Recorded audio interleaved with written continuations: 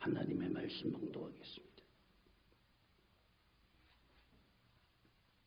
하나님의 말씀을 두 군데 봅니다. 하나는 마태복음 22장 32절 33절, 그 다음에 두 번째로 야고보서 2장 26절입니다. 개역성경은 신약성경 38번째 쪽입니다. 마태복음 22장 32절 33절 봉독하겠습니다. 나는 아브라함의 하나님이요 이삭의 하나님이요 야곱의 하나님이로라 하신 것을 읽어보지 못하였느냐. 하나님은 죽은 자의 하나님이 아니요 산 자의 하나님이시니라 하시니 무리가 듣고 그 가르치심에 놀라더라. 야고보서입니다. 페이지로 신약성경 373 페이지입니다. 신약성경 373페이지. 다 자신 이걸 공독하였습니다. 영혼 없는 몸이 죽은 것 같이 행함이 없는 믿음은 죽은 것이니라. 아멘. 아멘. 아멘. 자, 오늘 코로나19가 위대하긴 위대한 것 같아요. 한순간에 우리의 생활을 이렇게 뒤바꿔 놓을 수 있는 걸 보면 눈에 보이지도 않는 게 말입니다. 그러므로 우리는 눈에 보이는 것만 믿는 사람이 제일 어리석은 사람이에요. 나가서 전도하다 보면 그런다. 하나님이 어디 있어? 보여주면 믿지. 예, 안 보여있는 바이러스도 이렇게 위력이 있습니다. 그러면 하나님이 바이러스만 못하지는 않으시지요. 아멘. 이럴 때는 웃어야 됩니다. 웃어야 될 때 안 웃는 사람도 이상한 사람이고, 안 웃을 때 웃어야 되는 사람도, 웃는 사람 그 사람도 돌봐줘야 되는 사람입니다. 자, 오늘 여러분은 어떤 믿음의 소유자입니까? 제목을 따라 말합니다. 산 믿음을 따라 역사하신 하나님. 산 믿음을 따라 역사하신 하나님. 아멘. 자, 그럼 이제 묻겠습니다. 여러분 형제들이요, 자매들이요, 여러분들은 산 믿음을 가졌습니까? 대답은 잘한다. 자, 오늘 산 믿음에 대해서 이야기를 하려고 합니다. 그러면은 무슨 믿음에 사는 게, 산 게 있고 죽는 게 있느냐, 죽은 게 있느냐? 예, 있습니다. 나는 성경을 말하지 성경에 없는 말은 지어내서 하지 않습니다. 하나님의 말씀에 산 믿음과 죽은 믿음이 있다고 분명히 말씀하시고 계십니다. 오늘 서기관과 바리새인들이 예수님을 찾아왔습니다. 특별히 그 중에서 누가 제일 오해했느냐 하면 사두개인들입니다. 사두개인들은 어떤 사람들이냐면 다윗 시대의 대제사장 사두개 후예들입니다. 사두개 후예들인데 이들은 부활을 믿지 않습니다. 영도 믿지 않습니다. 다시 말하자면 무신론입니다. 여러분 놀랍지 않습니까? 제사장의 후예가 무신론이라면 이런 말을 듣고도 놀라지 않는 분들은 예, 내가 놀랍니다. 왜냐하면 이런 놀라운 분들을 세상에서 내가 만났으니까 제가 억하고 놀랍니다. 대신에 놀래드리겠습니다. 제사장의 후예가 무신론자들입니다. 본문에 보니까 뭐라고 되어 있냐면 부활이 없다 하는 사두개인들이, 바리새인과 서기관들은 부활에 대해서 믿고 그 다음에 또 하나님과 천사에 대해서 믿고 내세에 대해서 믿는 사람들이고, 사두개인들은 이것이 없다는 사람, 무신론자들입니다. 그들이 예수님께 찾아왔습니다. 선생님, 소문도 적게 선생님 설교 기차게 잘하시대요. 또 이야기 들어보니까 또 선생님 뭐 이러면 휙 하면은 어떻게 병도 낫는다 하대요. 그 혹시 어디 가서 최면술 배운 거 아닙니까? 선생님, 제가 선생님 이 이력서를 봤더니만 이력서에 쓸 게 별로 없대요. 이력서에 쓸 건 단 2줄도 안 돼요. 우리 주님께서. 잘 생각해봐요. 그런데 선생님이 놀라운 설교를 하신다고 하길래 우리가 왔습니다. 그러니 우리의 질문에 선생님이 답해 주신다면 정말로 우리도 선생님의 말씀을 따르겠습니다. 우리도 조금 믿어보려고 애를 쓸게요. 그러면서 질문을 던집니다. 뭐라고 던지냐면 부활은 없습니다. 하나님도 없습니다. 그런데 저 바리새인하고 서기관들은 부활도 있고 하나님도 있고 천사도 있고 내세도 있다고 말합니다. 선생님도 가만 보니까 하나님이 운운하고 천사들이 운운하고 하는 걸 보니까 선생님의 내세를 믿는 것 같은데 그러면 우리 질문에 답변을 좀 해주세요. 우리가 궁금해서 그러는 겁니다. 우리 중에 7형제가 있었습니다. 자기네가 이제 예화를 듣는 거지요. 실제 그런 일이 있었던 게 아니라 우리 중에 7형제가 있었습니다. 그런데 그 7형제가 먼저 맏아들이 한 여인에게 장가를 들어서 결혼했습니다. 결혼했는데 이 여인이 신랑 잡아먹는 년인지는 몰라도 죽어버렸습니다. 그때는 수혼제도가 있었습니다. 그러니까 결혼이라는 것은 개인 대 개인의 결혼이 아니라 만나는 것이 아니라 가문 대 가문의 만남. 그러므로 형이 자식이 없이 죽게 되면 동생이 그 형수를 아내로 삼아서 자녀를 낳아가 죽었어. 먼저 난 자녀는 형의 몫으로 세워줍니다. 이것이 수혼제도입니다. 그런데 둘째가 그 형수에게 장가를 들었더니 여기 아들이 없이 죽었습니다. 자식이 없이 죽었습니다. 둘 잡아먹었습니다. 세 번째, 네 번째, 다섯 번째, 여섯 번째, 일곱 번째는 혹시나 했는데 일곱도 자식 없이 죽고 말았습니다. 그러면은 7 형제가 다 그를 아내로 삼았으니 부활 때에는 누구 아내가 되는지 선생님 좀 곤란할걸요. 선생님 답변 한번 해보세요. 그때 주님께서 하신 말씀 뭐라고 말씀하시면 이렇게 말씀하십니다. 너희가 성경을 잘 모르고 오해하였구나. 성경을 보라. 하나님께서 친히 말씀하시기를 나는 아브라함의 하나님이요 이삭의 하나님이요 야곱의 하나님이로라 한 것을 너희가 성경에서 읽지 못하였느냐.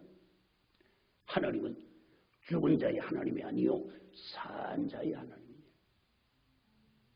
산 자의 하나님. 야고보서 2장 23절입니다.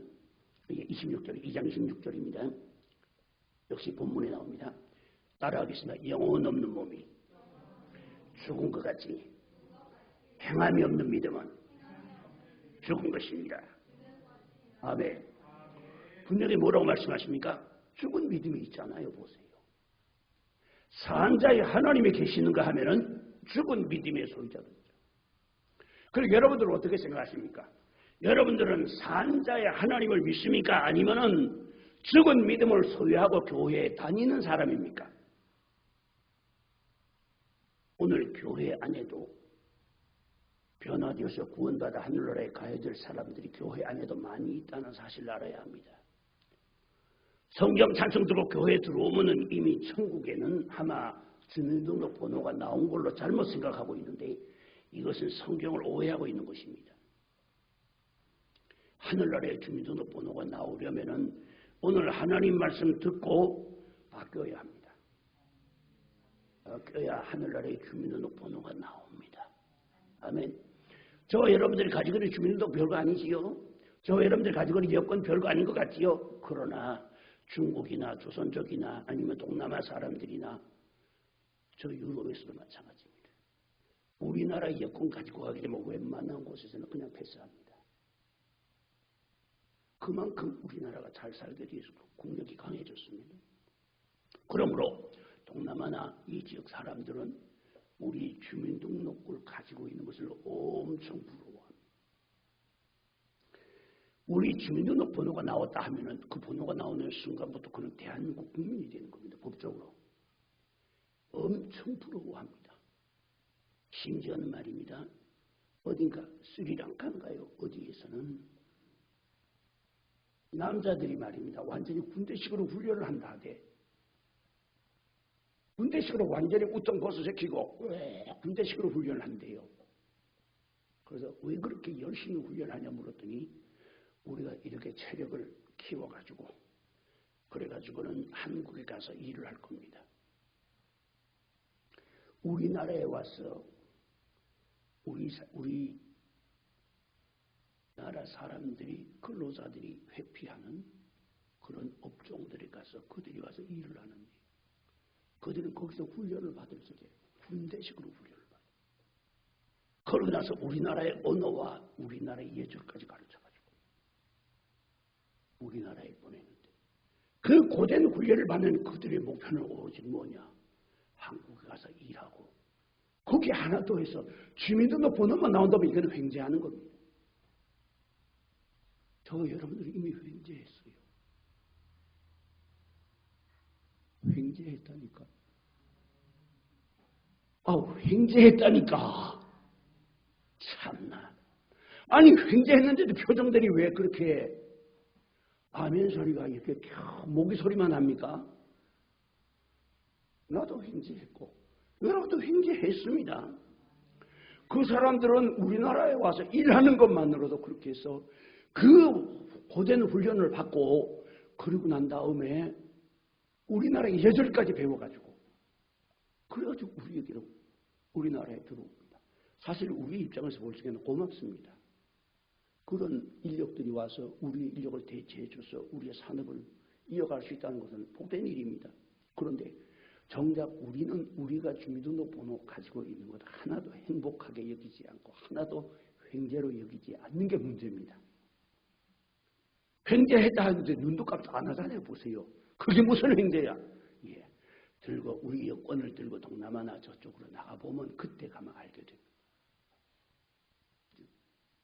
자, 그래서 교회의 성경 찬송만 들고 교회에 다니기만 하면은 교회에 왔다가 집으로 가고 교회에 왔다가 집으로 가고 일요일 날 때면 교회에 성경 찬송들 왔다가 집으로 가는 사람, 교회에 와서 다녀가는 사람과 예수를 믿는 사람은 다릅니다. 교회 안에는 의외로 교회에 다니는 사람이 많다는 것을. 여러분 이거는 제가 말입니다. 괜히 제가 하는 이야기가 아닙니다. 나는 지금 성경을 이야기하고 있는 겁니다.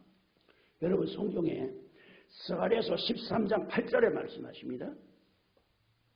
그날에 내가 3분의 2는 멸절하고 3분의 2는 환란에 넘겨서 다 죽여버린대. 3분의 1은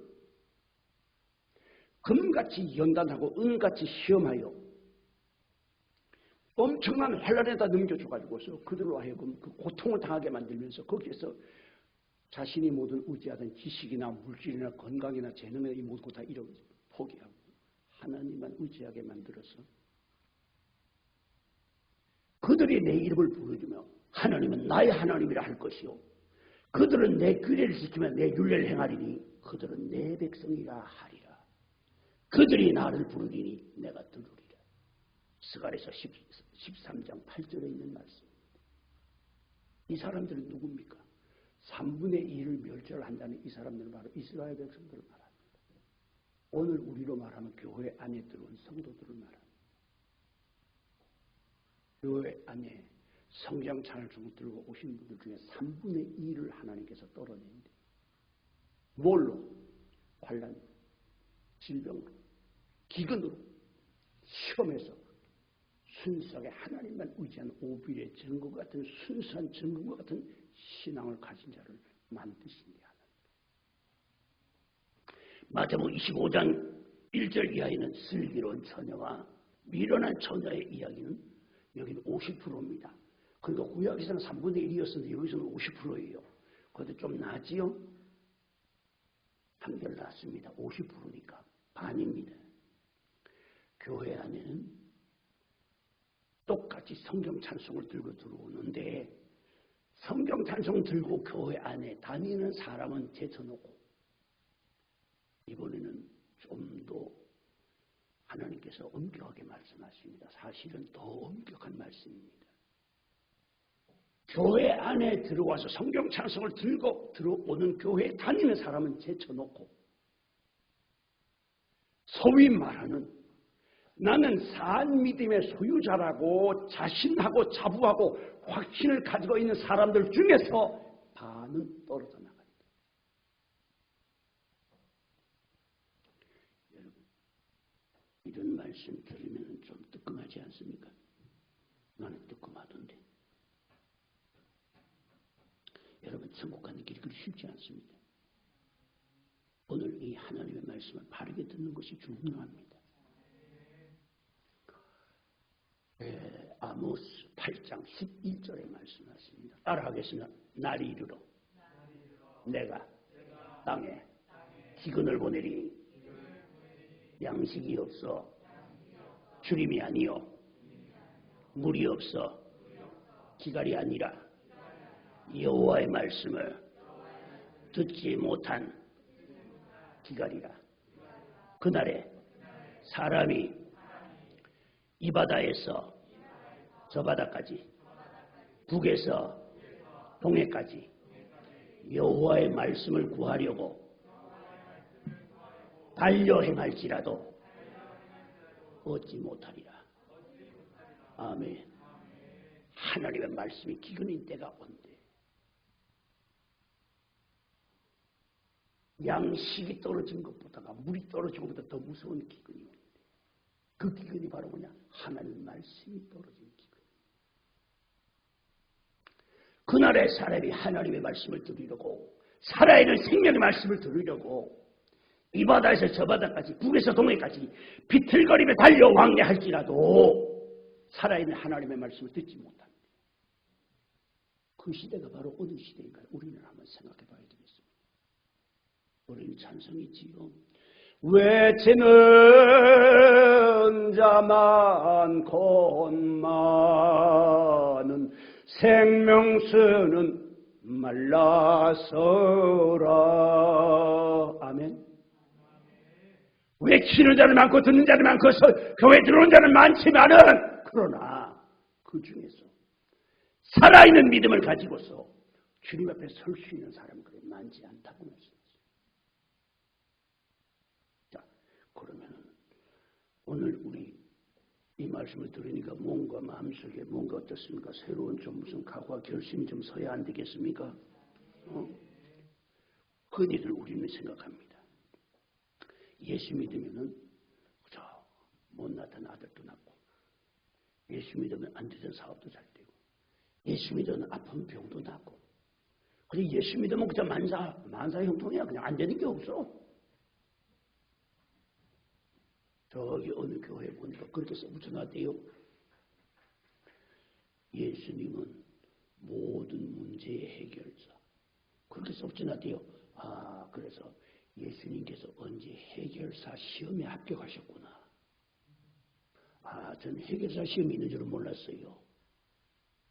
아, 그런데 보니까 주님께서 언제 공부를 하셔가지고 해결사 시험에 합격하셨는지 예수님은 모든 문제의 해결자라고 붙여놨대요. 틀렸다는 말은 아닙니다. 그러나 반드시 맞는 것도 아닙니다. 왜냐? 저와 여러분, 천국 가는 길이 쉽지 않습니다. 주님께서 친히 말씀하시기를 마태복음 7장 21절에 나더러 주여 주여 하는 자마다 다 천국에 들어갈 것이 아니요 하늘에 계신 내 아버지의 뜻대로 행하는 자라에 들어가리라. 그날에 많은 사람이 내게 와서 이르기를 우리가 주의 이름으로 선지자 노릇하며 귀신을 쫓아내며 주는 우리의 거리에서 가르치지 아니하였나까 하리니 그때 임금이 친히 말하되 율법을 행하는 자들아 나를 떠나거라. 내가 너희를 도무지 모른다. 마태복음 7장 21절 그 앞에 13절에 말씀하십니다. 따라하겠습니다. 좁은 문으로 들어가라. 멸망으로 인도하는 문은 넓고 커서 찾는 이가 많고 영생으로 인도하는 길은 좁고 협착하여 찾는 이가 적음이라. 아멘. 주님께서 하신 말씀도 이렇게 말씀하십니다. 친히 우리가 귀신을 쫓아내고 병도 고치고 그 다음에도 주의 이름으로 우리가 다른 사람의 미래도 내다보고 선자 노릇하고 이렇게 주님과 함께 주님이 주시는 은혜로서 이렇게 역사하면서 이렇게 주님 섬기지 않았습니까? 할 때에 내가 너희를 도무지 모르노라. 여러분, 예수 믿고 병 나았다고 다 된 게 아니라는 것을, 예수 믿고 기도 응답받았다고 다 된 것이 아니라는 것을, 이걸 기억해야만 합니다. 우리 복음성가 참 잘 부릅니다. 그릇에 지나나요 천국 가는 그 길은 어려움 많아요. 여러분, 복음성가 이렇게 잘 부르지요? 부르긴 잘 부르는데 정말 그 의미를 다시 한번 생각해 봅시다. 그리 쉽지는 않아요. 왠지 압니까?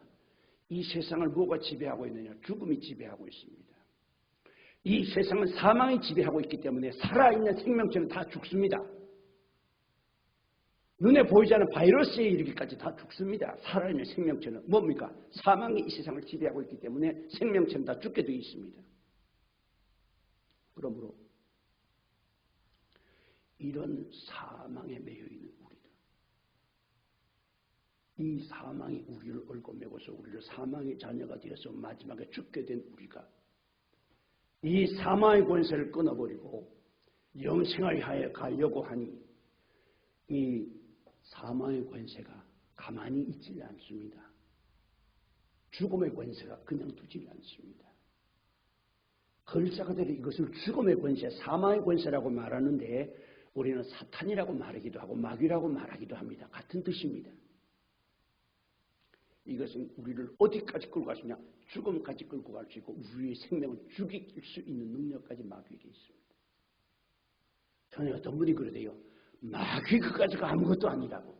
이분은 병을 많이 고치는 의사예요. 병을 많이 고치는 의사인데 한의사인데 이분은 그렇게 말하대요. 마귀 그까지가 아무것도 아니에요. 마귀 그까지가. 자기가 병을 이제 환자를 이렇게 많이 고치고 하니까 마귀 주문을 하기를 우습게 보이는가 봐. 여러분, 마귀 무서운 줄 모르는 사람은 죄의 무서움도 모르고 죄의 무서움, 마귀의 무서움을 모르는 사람은 마귀도 그런 사람 무서워하지 않는다는 거죠. 사망의 권세는 우리를 죽음까지 지옥에까지 던질 수 있습니다. 그런데 우리 주님은 어떤 분입니까? 죽음 가운데서 부활하셨습니다. 그러므로 사망이 주님을 삼킬 때에 주님이 무덤에 들어갈 때에는 사탄이 승리한 것 같았지만 사흘 만에 주님은 무덤에 돌이 굴러가고 살아 일어나셨습니다. 할렐루야. 그러므로 주님은 사망의 권세를 이기시고 우리를 어디로 인도하세요? 영원한 나라, 죽지 않고 썩지 않고 쇠하지 않는 나라로 우리를 인도하시는 것입니다. 그런 나라가 있느냐고요? 있습니다. 어디에 있습니까? 성경에 있습니다. 여러분, 이루되게 한 말씀을 분명하고 확실하게 기록한 책이 성경 이외에는 다른 데 아무 데도 없습니다. 그래서 성경을 뭐라고 말해요? 생명의 책이라고 말하고 하나님의 말씀을 생명의 말씀이라고 말하는 겁니다. 이 세상에 어떤 종교도 부활을 말하는 종교는 없습니다. 기독교를 제외하고는. 기독교만이 사망을 이기고 부활하십니다. 여러분, 부처님 세상 떠나실 적에 제자들이 공양해온 돼지고기 자시고 소화불량으로 세상 떠나셨습니다. 공자님 세상 떠나실 때 제자들이 공자님께 여쭈었습니다. 선생님, 공부자님, 사람이 죽은 후에는 어떻게 됩니까? 허허, 이 사람아, 내가 살아서의 일도 모르는데 죽어서 일을 어찌한단 말이냐. 그리고 임종시의 마지막 남긴 말씀이 사후의 세계가 가히 두렵도다. 그분은, 공자님은 철란천전의 도부득천행이라 내가 수레를 타고 중국 천하를 다녔습니다. 철란천전이니까 수레를 타고 중국 천하를 다닌 겁니다. 그런데 도부득천행이라 전하지만 도를 받아들이는 사람이 없어. 그래서 공자님이 남긴 유명한 명언 가운데 하나, 여러분들이 잘 아는 말입니다. 그게 무슨 말이냐면은 이런 말입니다. 쉬운 말로 내가 하기 싫은 일 남에게 시키지 마라. 공자님 하신 말씀이지요. 그 다음에 또 공자님 하신 말씀이 또 있습니다. 어떤 말씀이냐면은 공자님은 사후의 세계에 대해서는 전혀 한 말이 없습니다. 내가 살아서의 일도 모르겠거나 사후의 일을 어떻게 한단 말이에요. 이분이 얼마나 도를 깊이 통했느냐 하면은 아침에 도를 깨달으면 저녁에 죽어도 가합니다. 공자님이 남기신 말씀입니다. 정말로 사람이 사는 참도를 깨달을 수만 있다면 이 세상 또 다른 것도 의미가 없는 게 아니다. 이렇게 말씀하시며 영생에 대한 갈망을 하셨지만 결국은 영생에 대한 것을 모르시고 떠나셨습니다. 그런데 우리 주님은 뭐라고 하십니까? 나는 부활이요 생명이니 나를 믿는 자는 죽어도 살겠고 살아서 믿는 자는 영원히 죽지 아니하리라. 이것을 네가 믿느냐? 요한복음 12장에 있는 말씀입니다. 이것을 네가 믿느냐? 우리 주님을 믿는 사람은 살아서 있고 살아서 믿는 자는 영원히 죽지 않는다. 이 영원히 죽지 않는다는 것은 우리 육체가 죽지 않는다는 것이 아닙니다. 우리 육체는 어차피 한 번은 죽게 되어 있습니다. 그러나 여러분 기대하셔도 좋습니다.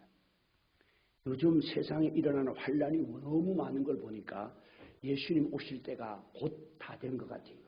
왜냐하면 예수님 오실 때는 이런 재난이 있을 것을 성경님이 2000년 전에 예언하고 있거든요. 보세요. 대기가 오염될 것. 그 다음에 두 번째는 바다가 오염될 것. 강물이 오염될 것.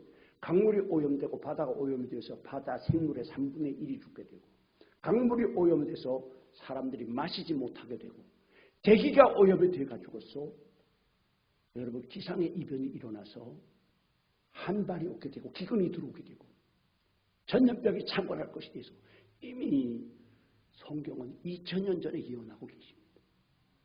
오늘 우리로 볼 적에 이상할 게 없습니다. 너무나 우리는 다 우리 보는 현실이고 그러나 2000년 전에 오늘을 내다보고 예언할 수 있다는 것은 이것은 하나님만이 하실 수 있는 일입니다.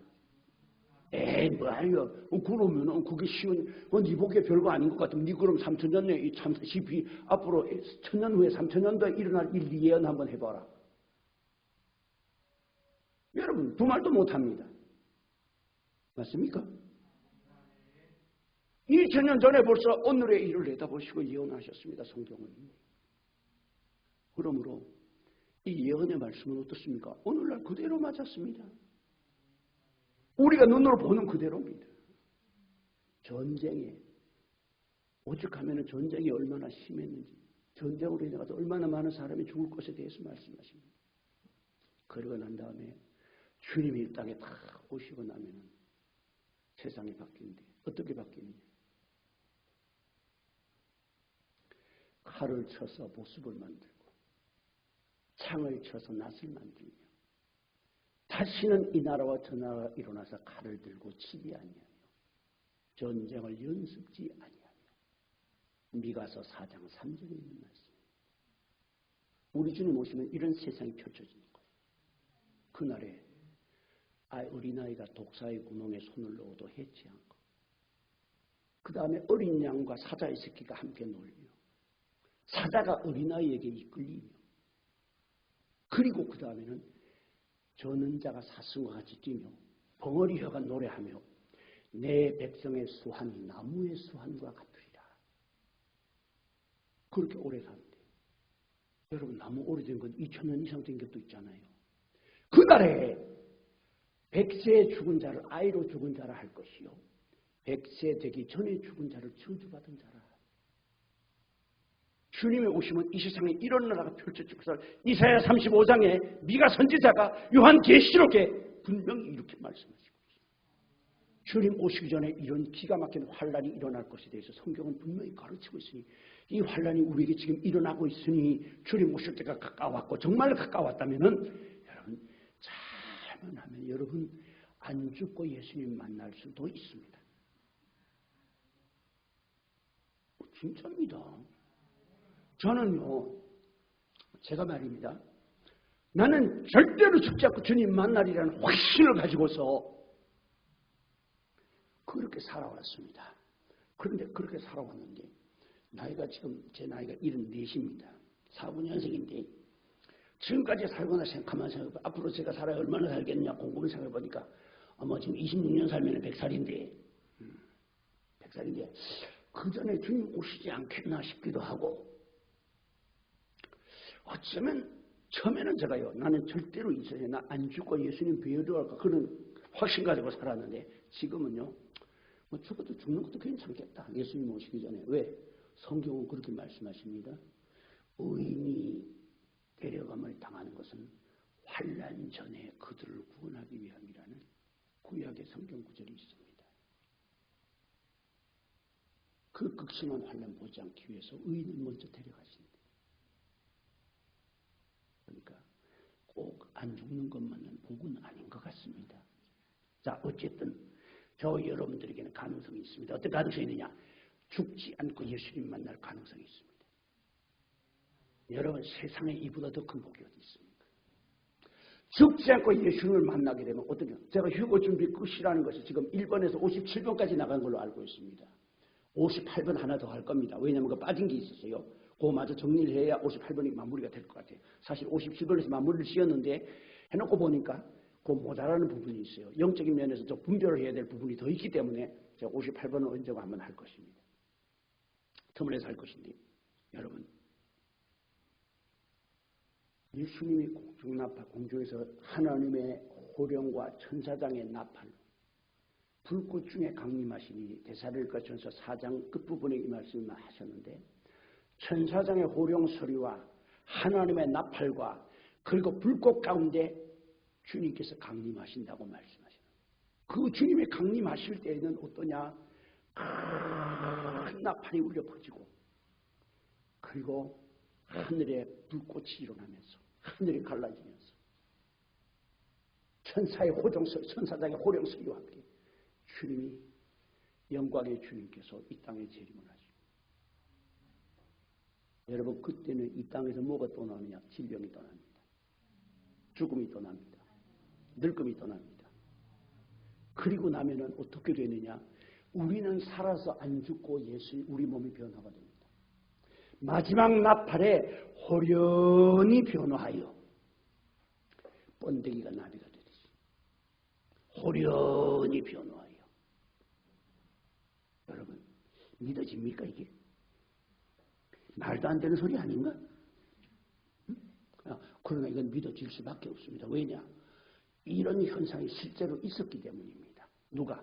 예수님이 먼저 그렇게 하셨거든요. 예수님께서 실제로 죽으셨다가 부활하셨거든요. 예수님이 돌아가셨다가 부활하심으로 말미암아 예수님은 죄가 없는 분이라는 것이 증명된 것입니다. 예수님이 죽었다가 부활하지 못했다면 예수님도 우리와 같은 죄인입니다. 아담과 하와의 후예입니다. 그러나 예수님은 사흘 만에 죽음의 권세를 깨뜨리고 무덤의 권세를 깨뜨리고 일어나서 부활하셔서 영원히 살아계시기 때문에 히브리서 13장 15절에 말씀하십니다. 예수 그리스도는 어제나 오늘이나 영원토록 동일하십니다. 예수님은 알파와 오메가가 되십니다. 시작과 마지막이 되십니다. 영원 그 자체이십니다. 예수님은. 그 예수님이 사람의 몸을 입고 이 땅에 오셔서 우리와 같은 모습으로 우리와 같은 형상으로 우리가 마시는 공기와 우리가 마시는 물과 우리가 먹는 음식을 잠식시키면서 우리가 다니는 땅을 밟고 다니시면서 우리의 사정과 형편을 다 경험하신 후에 마지막에 주님의 십자가를 지시고 가장 부끄럽고 가장 처참한 모습으로 가장 고통스러운 모습으로 주님의 세상을 떠나셨습니다. 주님이 그렇게 세상을 떠나셨습니다.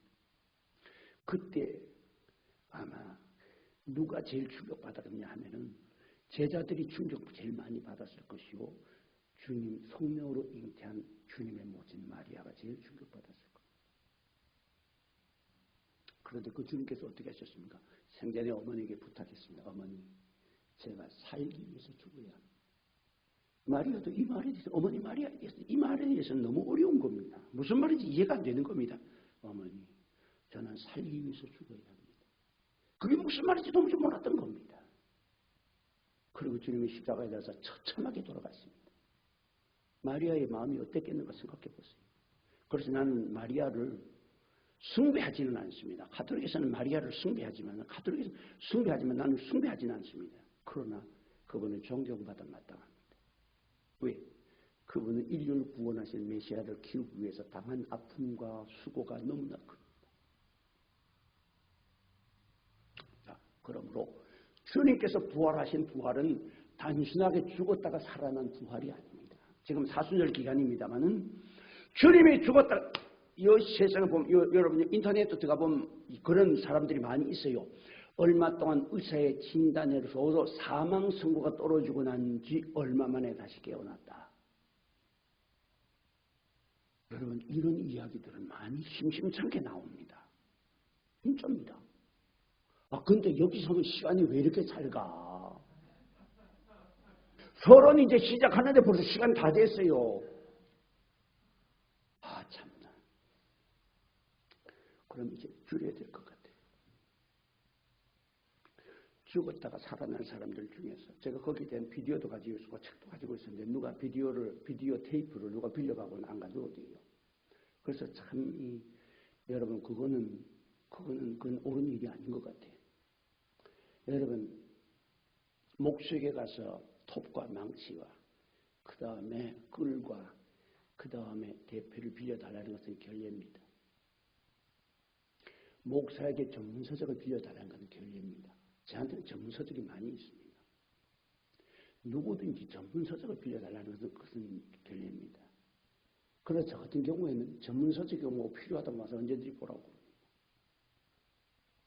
그런데 그거는 전문서적은 아니지만은 비디오 테이프를 제가 필요해서 구해왔는데 그 내용이 뭐냐면요. 전부 죽어서 의사의 사망 진단이 떨어진 후에 되어진 그가 경험하고 다시 깨어난 사람들의 이야기가 수록이 되어 있는 테이프입니다. 이렇게 죽었다가 사망 선고를 받고 심지어는 시체실에서 일어난 사람마저도 있습니다만은 그러나 그 사람들은 또 죽었어요. 어쩌면 나사로가 살았습니다. 예수님이 가셔서 살렸지요? 참 나사로가 어쩌면 복이 있는 사람이기도 하고 어쩌면 재수 없는 사람이기도 합니다. 왜냐? 2번 죽었으니까.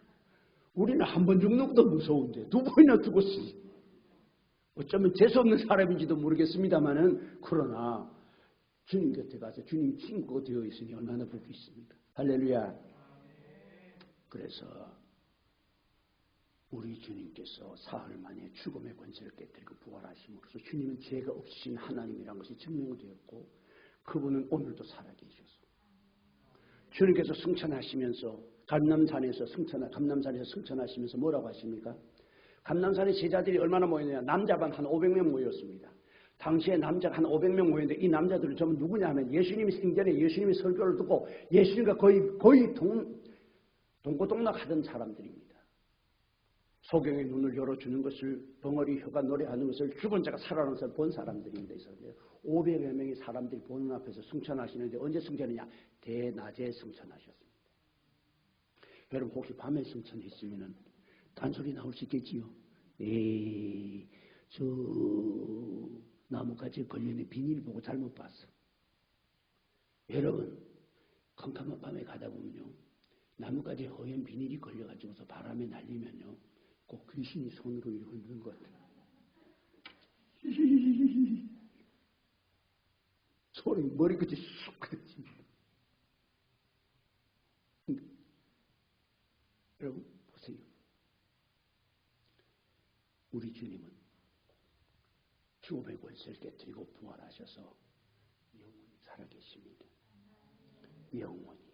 주님께서 진 계시록에 말씀하신 나는 알파와 오메가라. 알파와 오메가요. 처음과 나중이다. 시작과 끝이십니다. 다시 말합니다. 무시무종하십니다. 하나님은 시작도 없고 끝도 없으신 무한하신 분이십니다. 시간의 지배를 받지 않는 분입니다. 그분의 육신을 입고 이 땅에 찾아오셨습니다. 그리고 우리를 구원하시기 위해서 십자가를 지셨고 그리고 사흘 만에 부활하셨습니다. 그러므로 인해서 주님이 부활의 첫 열매가 되시고 주님 친히 말씀하셨습니다. 내가 다시 오면 너희를 내게로 영접하여 나 있는 곳에 너희도 있게 하리라. 요한복음 14장 1절 이하에 보게 될 것 같으면 주님께서 친히 말씀하십니다. 너희들은 혼란스러워하던가 안절부절하지 말아라. 너희는 마음에 근심하지 말아라. 하나님을 믿으니 또 나를 믿으라. 내가 있지 않느냐? 내가 너희를 위해서 장소를 예비하러 간다. 너희 있을 장소를 예비하러 간대. 우리 있을 천국을 준비하러 주님이 가셨습니다. 내 아버지 집에는 거할 곳이 많도다. 주님이 간 그곳은 천국인데 천국 그곳은 어디냐? 거할 곳이란 말은 궁전이란 뜻입니다. 내 아버지 집에는 궁전이 많다. 거할 곳이 많다. 궁전이 많대. 여러분 그게로 우리를 궁전에는 누가 들어가느냐? 왕이 들어갑니다.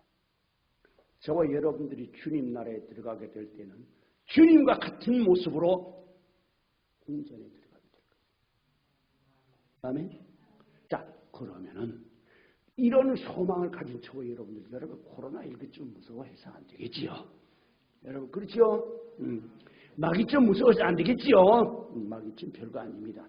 마귀보다 더 크신 신이 우리 속에 와 계시기 때문입니다. 아멘? 자, 그래서 오늘 산 믿음의 소유자가 되기 위해서 몇 가지만 소개만 하면서 끝을 맺어야 되겠습니다. 왜냐하면 소론하다가 시간이 다 갔기 때문에 이제는 마쳐야 되겠습니다. 자, 그러면은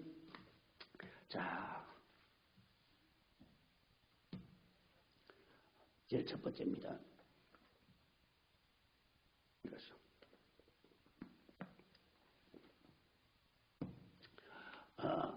제일 첫 번째로 산 믿음의 소유자가 되길 원하면은 먼저 우린 뭐부터 시작해야 되느냐?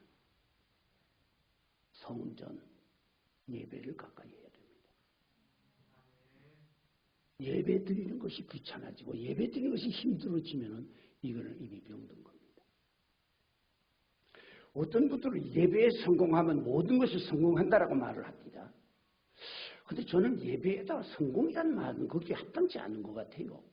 물론 굳이 성공이라고 쓰면 써도 되긴 되겠지만은 제 개인의 생각입니다. 다른 분들이 어떻게 생각하든 일단 내 개인의 생각으로는 예배의 성공과 실패라는 말은 거기는 나는 합당하지 않다고 생각합니다. 그러나 그런 분들 어떤 분들은 그렇게 써요. 그런데 예배는 성공과 실패라는 표현보다는 하나님이 받으시는 예배와 받지 않는 예배, 하나님이 받으시는 제사와 하나님이 받지 않는 제사, 하나님이 받으시는 예배와 하나님이 받지 않는 예배.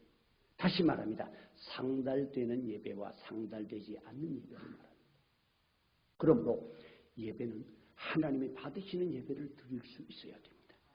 하나님의 예배를 받으시는 예배를 드리도록 하려면 어떻게 하면 되느냐?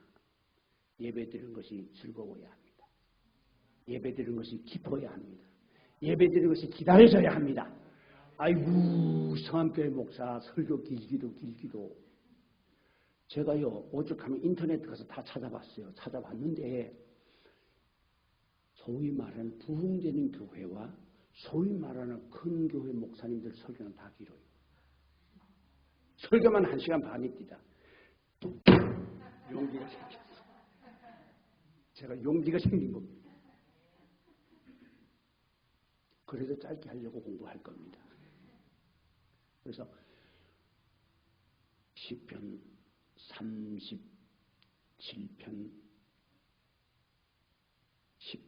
37편 4절에 아니야. 시편 34편 7절입니다. 자, 한번 찾겠습니다. 제가 여호와를 기뻐하라 그리하면 여호와님은 내 소원을 이루어 주시려다. 시편 찾겠나? 34편 시편 34편입니다. 34편 7절 37편 4절 37편 예, 37편 4절입니다. 자, 37편 4절 예, 봉독하겠습니다. 또 여호와를 기뻐하라. 저가 내 마음의 소원을 이루어 주시리로다. 아멘. 하나님을 기뻐하래. 하나님을 어떻게 기뻐하느냐? 예배가 기쁜 것이 하나님이 기쁜 거예요. 아멘. 그러므로 예배가 나오는 것이 힘들고 어렵습니까? 열심히 나오세요. 그러면은 머지않아서 예배 나오는 시간에 기다려집니다. 제가 알고 있는 어떤 분은 말입니다. 자기 스스로 교회를 찾아 나갔어요. 자기 스스로. 누가 전도하지도 않았는데 자기가 혼자서 교회를 찾아갔어요. 앉았는데 얼마나 좋은지 교회에 앉았다고 말입니다. 얼마나 좋은지 집에 와서 곰곰이 생각을 했대요. 무슨 생각을 했냐. 이야, 교회 가니 이렇게 좋은 걸. 그래서 주변 사람에게 물었대요. 교회는 언제 오면 되느냐 물으니까 일요일 날만 오면 된다 하더래요. 집에 와서 생각하기 그렇게 섭섭할 수가 없더래. 왜 일요일 날만 오라 하느냐 이게 매일 오라 하지. 그러면 학교 선생이야. 매일 출근하는 사람인데 매일 교회가 가고 싶으시더라. 이게 은혜야 바로. 여러분 교회 나오기가 죽기만큼 싫습니까? 이런 분들에게 여러분 희망을 드립니다. 그 고비가 넘어가고 나면은 예배 나오는 것이 영생을 얻은 만큼 기뻐집니다.